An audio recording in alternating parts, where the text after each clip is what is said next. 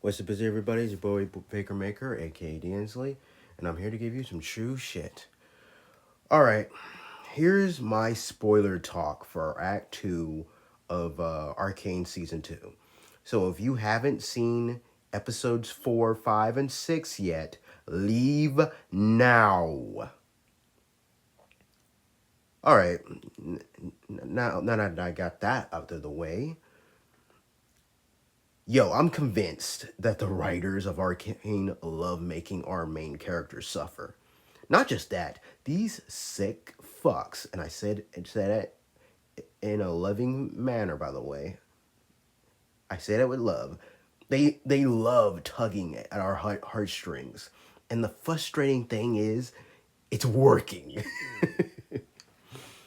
Cause man, cause Jesus Christ, reuniting them with their father only for them to lose him again an episode later, that's just cruel. In which, in all honesty, I had a feeling would happen. For me, it was never an if it would happen, but it was always the matter of when and how. Like I said in my spoiler-free video, episode 5 might be the most heartwarming episode of the series so far. Now, to be honest, the whole reveal of Warwick being Vander got spoiled for me a while ago, thanks to a lot of speculation by League of Legends fans sometime after season 1 ended. But I still had goosebumps when Warwick called out Jinx's former name at the end of episode 4. I love that while through Warwick, we get some more character development on not only Vander but also Silco and even Jinx and Vi's mom. It was through a flashback that we learned that both Silco and Vander had a close friendship with their mom Felicia. Though it's not outright said, one can make the assumption that Vander might have even had a thing for their mother. But for whatever reason, they just remained friends, and she ended up having kids with some other dude named Kano. Kano, I'm saying that right? Kano? Or Connor? Kano? Or, like I said, I hope I'm pronouncing that right. We even learned that Vi got her name from Vander. The episode has a scene where Vi and Jinx discover a letter from Vander to Silco, and it makes you wonder how things would have turned out. You know, if things had turned out differently between the two. Very much paralleling the relationship between Jinx and Vi. It was cool seeing these two sisters working together again, though they did have a moment where they were fighting each other. Though honestly, it reminded me of whenever my two sisters were fighting each other when they were younger. I love that Isha had what she's done for Jinx's character this season so far. Very much being the symbolism of what a younger Jinx, aka Powder, was. It allows Jinx to play the big sister role for once, and maybe giving her some perspective on how it must have been for Vi being the older sibling and taking care of her, taking care of Powder. The scenes of Jinx and Isha together was simply adorable, and I also love the fact that through Isha we get to see a less depressing side of Jinx. She's gradually showing showing more characteristics of the Jinx of the League of Legends game, seeing more of the comedic side of Jinx. In fact, a lot of the funny quotes or moments in Act 2 come from Jinx. You get to see Jinx's inner child come out whenever she's playing with the little girl, and it's really wholesome.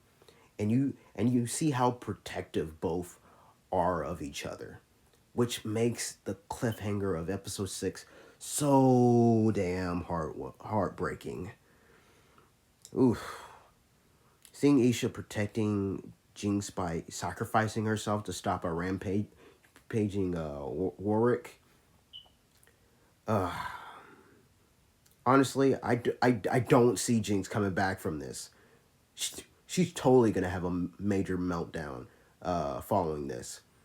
She may go down an even darker path than before, unless Vi does something like consoling her. Though Vi herself has been going through having a bit of emotional turmoil with Caitlyn, Jinx, and of course just losing Vander again. Hopefully this might bring the two sisters closer, or simply break them apart again, which honestly the latter seems the most likely scenario. As much as I know there is a majority of fans out there that have been giving Caitlyn a lot of shit lately, I feel like me on the other hand, I feel like they've been doing the writers have been doing a really good job with her character, and feel like it made total sense for her character to act the way she does in Act One.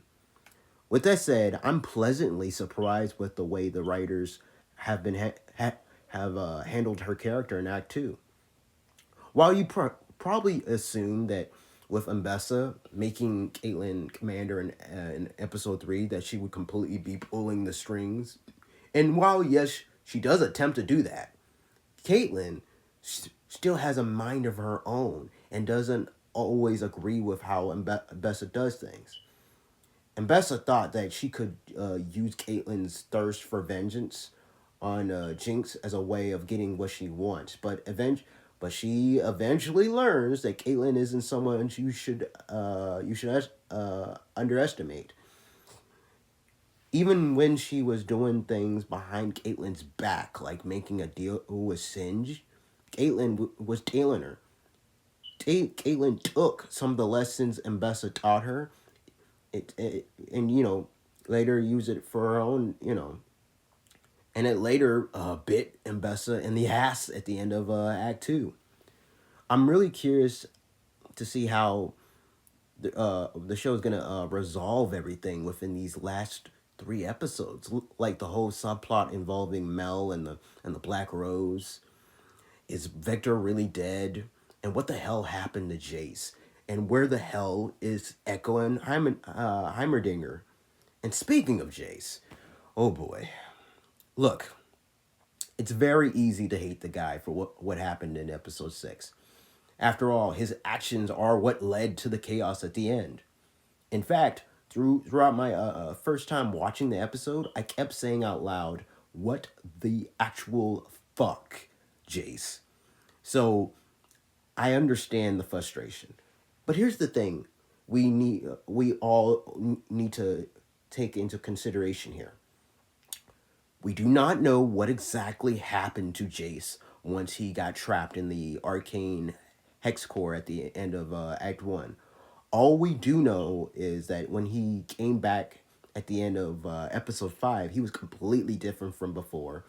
He was clearly messed up in the head, and unlike before when he was all pro Hestech, now he's saying that it needs to be destroyed. But because of, this new Jace is shrouded in mystery, it's hard for us, the viewers, to sympathize or empathize with the guy, because we don't know what the fuck is going on with him. So it's easy to be angry with him when he basically fucks shit up at the end of Act Two, thus making things even more difficult for the main characters.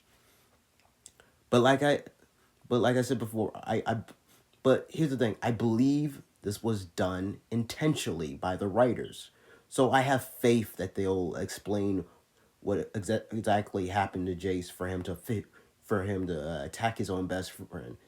I mean, they have to, you know. I feel like it'd be a complete misstep if they don't.